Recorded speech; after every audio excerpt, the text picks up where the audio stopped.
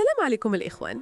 اليوم غادي نوريكم كيفاش تعرفوا جميع المعلومات على النظام ديالكم في ويندوز، بحال نوع المعالج، الرام، نسخة الويندوز، الكارت جرافيك، وحتى الأجهزة اللي خدامين في الكمبيوتر غير باستعمال أداة صغيرة سميتها MS Info 32.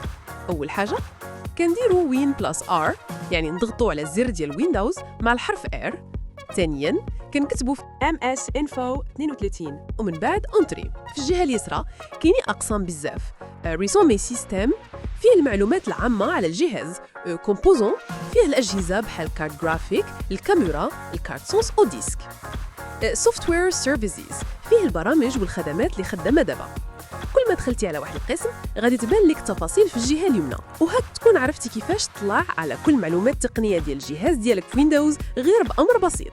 ما تنساش دير لايك وتبارتاجي الفيديو مع أصحابك اللي كيعانيوا من مشاكل في الحاسوب، وشكراً بزاف على المتابعة.